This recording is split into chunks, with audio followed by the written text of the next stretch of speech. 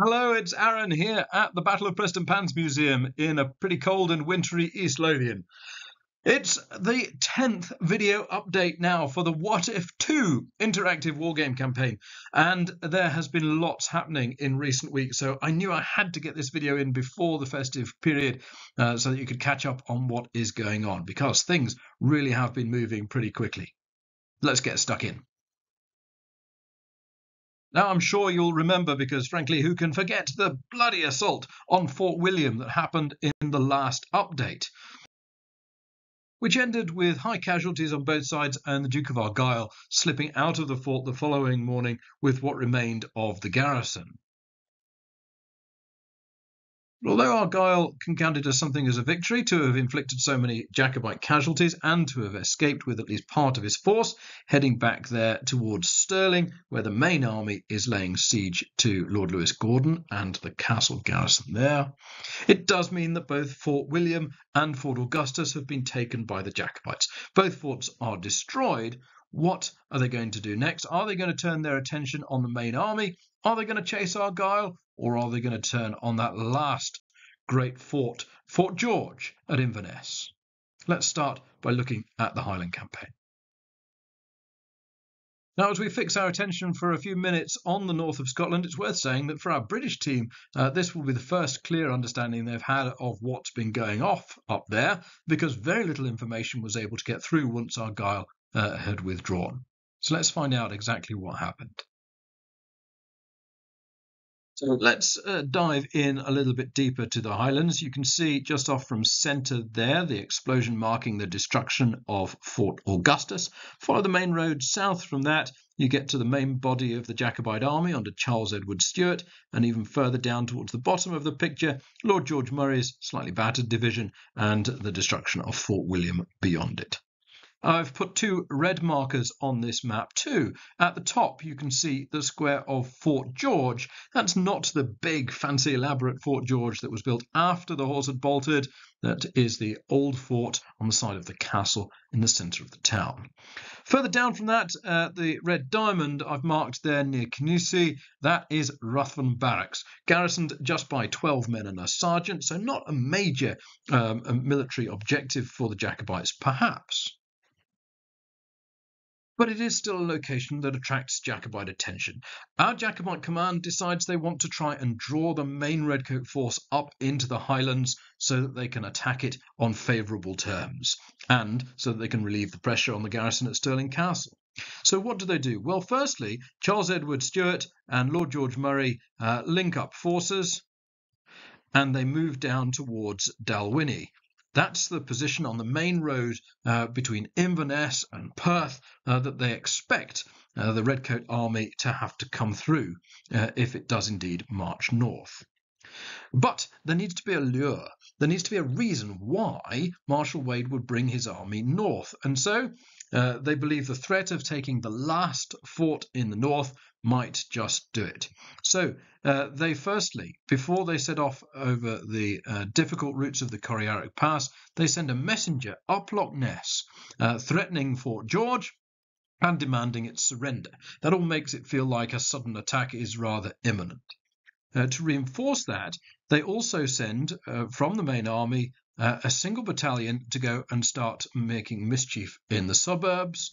And all of this proves actually rather more effective than the Jacobites might have hoped. But the main thing is they wanted it to create a sense of panic, an imminence of an attack on Fort George, but also by moving a battalion to threaten Ruthven Barracks, even though it wasn't a particularly significant location and a very small number of redcoats, and by allowing word of the siege to filter south, they hoped that they would give the impression that the Jacobite forces in the north were still divided, and perhaps potentially the redcoats might move north to try and catch them whilst they were still triumphantly mopping up all opposition in the north. That's the plan. The Jacobite threats to Fort George are, however, perhaps a little bit too effective, because the Earl of Loudon, who's there in command of the garrison, a very, very small garrison, just a single small battalion, they decide that discretion is the better part of valour. They don't want to end up like the garrison of Fort Augustus. They don't have the manpower to inflict the sorts of casualties that the garrison at Fort William had done, and so they decide that this battalion of regular soldiers could be of better service elsewhere. And so Loudon evacuates the fort, moves his men out into the river, into the Moray Firth, and from there he is able to link up with the Royal Navy and bring his men down to the port of Leith. He offers his services to the main army at Stirling, but they instead propose that he establishes himself at Edinburgh, the first military unit to properly take post in the capital since it had fallen to the Jacobites.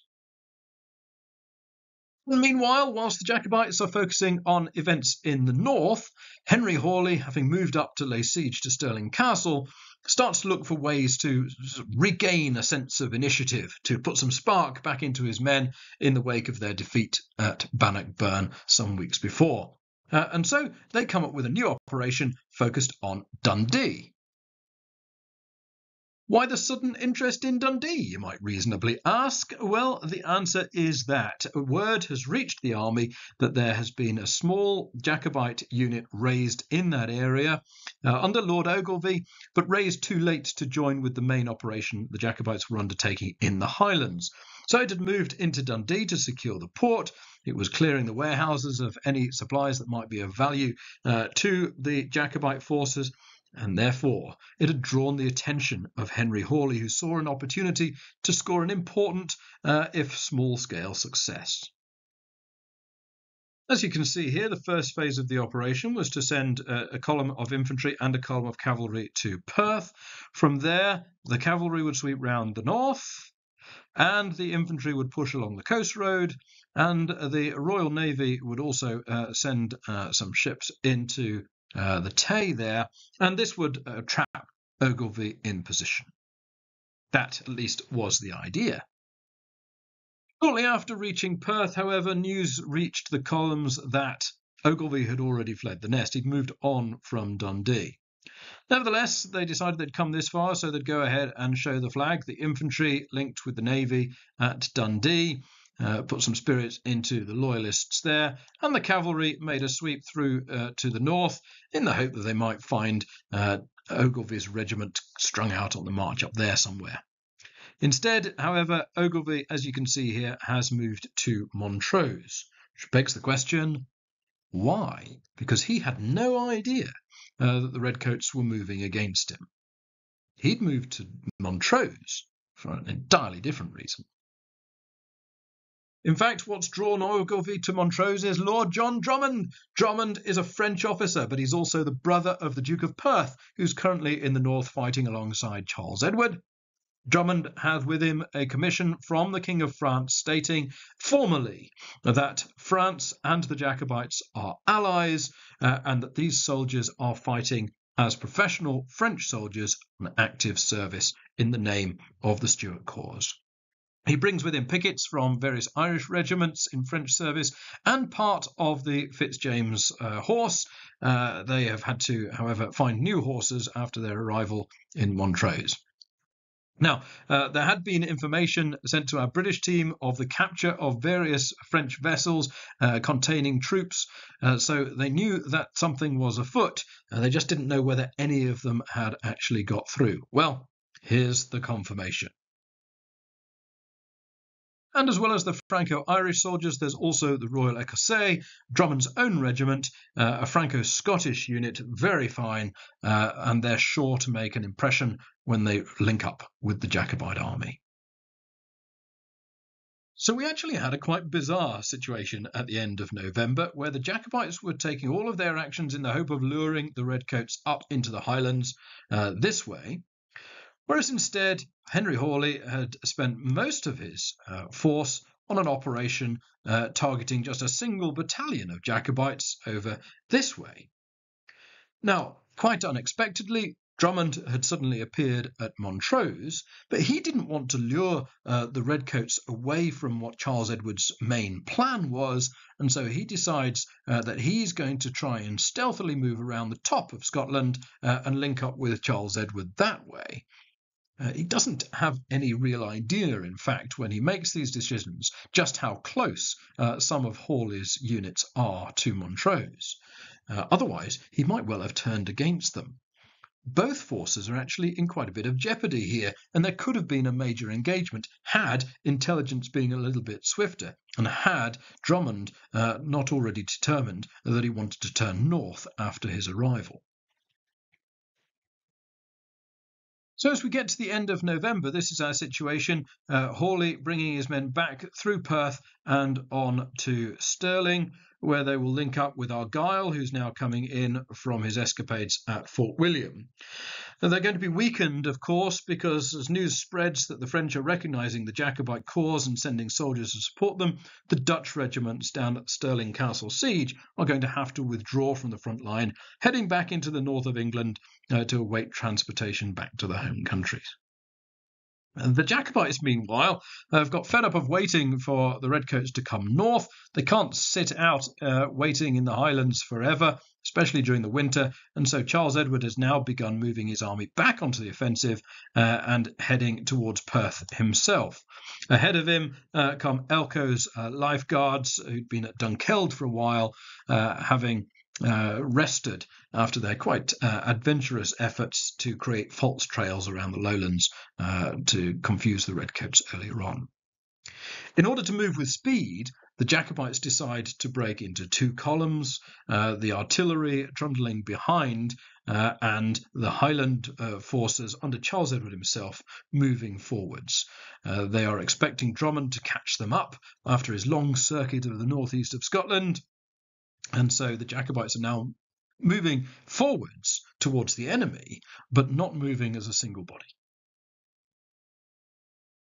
This brings us then to the next phase of the campaign, which I'm calling the Lanark campaign. Now, there's a spoiler in the title, because once they hear that the Jacobites are rushing towards them at great speed, Hawley's army, now losing its Dutch regiments, feels very vulnerable, and it decides to abandon the siege of Stirling Castle and withdraw southwards. So here are, very crudely, the positions of our Jacobites. Drummond coming down to try and catch up with the Prince's army, which is in motion towards Stirling, making very rapid progress. There's a lot of discussion amongst the British Army team as to which direction their retreat from Stirling should take. Some say the objective should be Newcastle, others prefer Carlisle. Carlisle wins the debate in the end, largely because the Duke of Cumberland is coming in that direction, and if the two forces are able to join and the Jacobites are pursuing them, they'll be able to turn on the Prince's army with overwhelming power. As a concession, though, the Georgia Rangers are detached to the Edinburgh area. They are responsible for scouting the roads to Berwick and Newcastle to make sure that if the Jacobites do in fact ignore Hawley and dodge towards the northeast of England, then there will at least be someone there to alert us. Now, our Redcoat forces retreat to Lanark. They come down into the town of Lanark here, and this is an interesting area in which they pause for a couple of days because the cavalry they leave behind to maintain eyes on the Jacobite army report that actually the Jacobites stop at Stirling. They stop at Stirling mainly to allow the artillery train to catch up with the faster moving front column. They resupply the castle, and then they start moving again. Once they start moving again, the British Army withdraws again from Lanark and continues marching to Carlisle. But they decide that this is a good spot in order to try and delay the Jacobite advance. The Jacobite Highlanders can move much quicker than Hawley's lumbering army, and so they decide to set a cavalry rearguard supported by Highland infantry along the Clyde here. This gives an indication of their distributions. Over on the left, next to Lanark town itself, there's Lanark Bridge that's secured by dismounted dragoons. Follow the Clyde down and a ford at the bottom there manned by the Norman MacLeod's Highland companies. Then we have cavalry detachments posted at the Hindford fords, and we have Wade's horse over there watching the road towards Peebles. That's the most vulnerable and exposed position there, but one which could give very valuable information about the Jacobite intentions. The Jacobites do move into position around here, and I'm only showing you here the dispositions that were known to the British Army team, because I don't want to give too much information away about the strength of the Jacobite columns. But they were able to identify 2 Jacobite battalions that moved against the main positions, and the Jacobite cavalry. This was the Fitzjames linked up with Lord Elcho's, were able to drive Wade's force back there and secure the area, while the main Jacobite army moved up onto Lanark Moor. At this point, to avoid getting sucked into a major engagement, in the evening, under cover of darkness, the British Army pickets all withdrew. Our Redcoats then spent quite a lot of time preparing a position to receive the pursuing Highlanders once they renewed the march. They chose Elvenfoot as the location. That's at the bottom there. You can see the terrain in this area would be very difficult for them. The Jacobites were expected to follow the march down to Elvenfoot this way, on their way towards Moffat and Hawley's main army. The intention was to catch the Jacobites in a funnel between the 2 sets of hills here, whilst also detaching the rear guard to swing round behind the Jacobites and hopefully catch their artillery train and their rear as they were pursuing. So to turn on the pursuers and hopefully score a victory of the type the Jacobites might have been intending in the Highlands. But Charles Edward was not pursuing. He had no interest in crossing the Clyde at Lanark. In fact, he hadn't really wanted to even threaten Lanark because he could move across above it. But they had always intended the march towards Lanark to be a feint to lure Cumberland up the west coast of England. The fact that Hawley had then posted his cavalry as a rearguard at Lanark forced Charles Edward to spend a little bit of time trying to distract them and make it look as if he intended to cross the Clyde. It had worked, but it had also cost the Prince a half-day's march as well. So what has happened is that Hawley has retreated towards Cumberland. Cumberland has advanced rapidly to try and rescue him, but Charles Edward's army has swung towards Peebles. The delay at Stirling had allowed Drummond to catch up with the artillery train. The artillery, after leaving Stirling, had never followed the main body towards Lanark. It had headed towards Edinburgh. It had pushed the Georgia Rangers back, and it was only when the Georgia Rangers were able to get a message through, much delayed because, of course, they were now trapped between 2 Jacobite columns, that it was realised exactly what the Jacobites were doing. So, now, having drawn Cumberland up the northwest, Charles Edward is striking towards the northeast. The invasion of England is on. So much now at stake. Has Charles Edward done enough to clear the road to London, or is he going to be intercepted on the way? Can Hawley and Cumberland, now that they've got all of the strength of their forces together, but on the wrong side of the country, find a way to intercept or force Charles Edward to fight before he gets into the heart of England? That remains to be seen. The stakes couldn't be higher. The invasion of England has begun.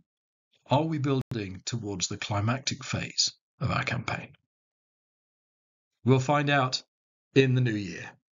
I'll see you then.